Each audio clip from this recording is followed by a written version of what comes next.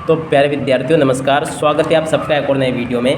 प्यारे विद्यार्थियों, आज हम यहाँ पर देखने वाले हैं कक्षा 12वीं के लिए अर्थशास्त्र विषय का पूरा क्वेश्चन पेपर और इसका पूरा सॉल्यूशन।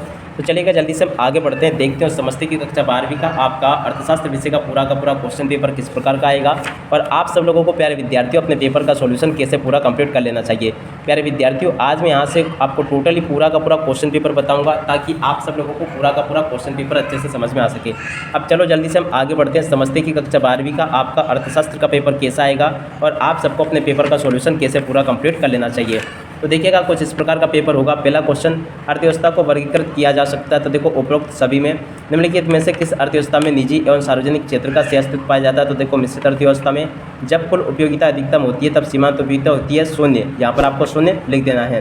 गिवन वस्तु के लिए मांग की कीमत रोज ऋणात्मक होगी। और उसके बाद में देखो वस्तु की उस मात्रा को क्या कहते हैं जिसे विक्रेता निश्चित समय बाजार और कीमत पर बेचने के लिए तैयार होते हैं। तो देखो इसको कहते हैं पूर्ति। ऐसी वस्तुओं जिनका एक दूसरे के बदले प्रयोग किया जाता कहलाती है। तो देखो इनको कहते हैं स्थानापन्न वस्तुएं।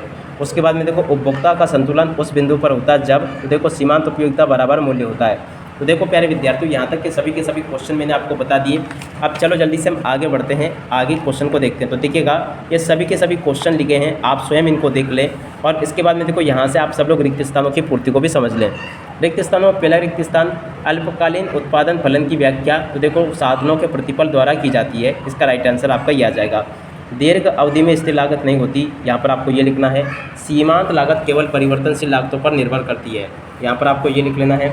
उत्पादन बंद कर देने पर परिवर्तनशील लागत शून्य हो जाती है, ये भी आपको लिख देना है। सीमांत आगम कुल आय में परिवर्तन की दर है। और उसके बाद में देखो कम कीमत पर कुल पूर्ति स्टॉक में कम होती है। तो देखिएगा प्यारे विद्यार्थियों, यहाँ तक के सभी क्वेश्चन और उनके आंसर मैं आपको बता चुका हूँ। आशा करता हूँ कि सभी क्वेश्चन और उनके आंसर आपको अच्छे से समझ में आ गए होंगे। अब चलो जल्दी से हम आगे बढ़ते हैं, इन प्रश्नों को देखते हैं। तो देखिएगा यहाँ पर आपसे जोड़ी पूछी जाएगी। अब देखो जोड़ी का मिलान आपको कैसे करना है। अतिरिक्त मांग इसकी जोड़ी मिल जाएगी बाजार मांग बाजार पूर्ति से। अतिरिक्त पूर्ति की जोड़ी मिलेगी बाजार मांग और बाजार पूर्ति से। आधुनिक अर्थशास्त्र के जनक देखो ये होंगे एडम स्मिथ। महामंदी का वर्ष 1929 से 30 होगा। उसके बाद में सकल घरेलू उत्पाद की जोड़ी जीडीपी से मिल जाएगी। सकल राष्ट्रीय उत्पाद की जोड़ी जीएनपी से मिल जाएगी। तो देखिएगा प्यारे विद्यार्थियों, यहाँ तक के सभी क्वेश्चन मैंने आपको बता दिए। आशा करता हूँ कि आप सब लोगों को सभी क्वेश्चन और उनके आंसर समझ में आ गए होंगे।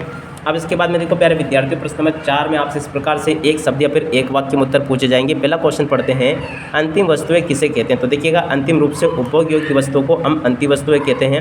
मूल्यह्रास किसे कहते हैं। तो देखो किसी भी वस्तु को उपभोग में लेने से उसके मूल्य में जो कमी होती है उसे मूल्यह्रास कहते हैं। आरबीआई का पूरा नाम तो देखो रिजर्व बैंक ऑफ इंडिया होगा। उसके बाद में देखो बंद अर्थव्यवस्था किसे कहते हैं। तो देखो जिस अर्थव्यवस्था का किसी भी देश की अर्थव्यवस्था से कोई संपर्क ना हो उसे हम बंद अर्थव्यवस्था कहते हैं। बचत फलन क्या है। तो देखो बचत और आय के बीच का संबंध बचत फलन कहलाता है। एमपीसी का पूरा नाम तो देखो मौद्रिक नीति समिति इसका नाम होगा। तो देखिएगा प्यारे विद्यार्थियों, यहाँ तक के सभी क्वेश्चन मैंने आपको बता दिए।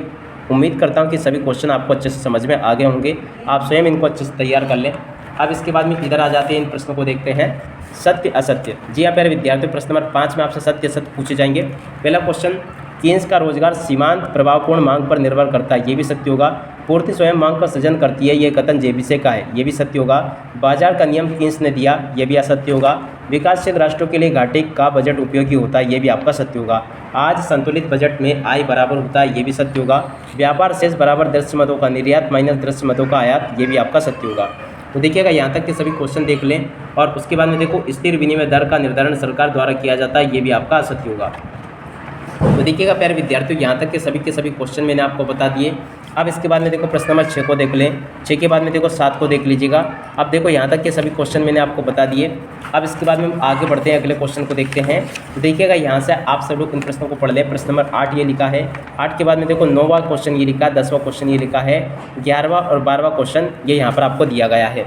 अब इसके बाद में चलिएगा जल्दी से हम आगे बढ़ते हैं, इन प्रश्नों को देखते हैं। तो देखो प्रश्न नंबर 14 ये लिखा है, 15वां क्वेश्चन ये दिया गया है, 16वां 17वां और 18वां क्वेश्चन ये लिखा है।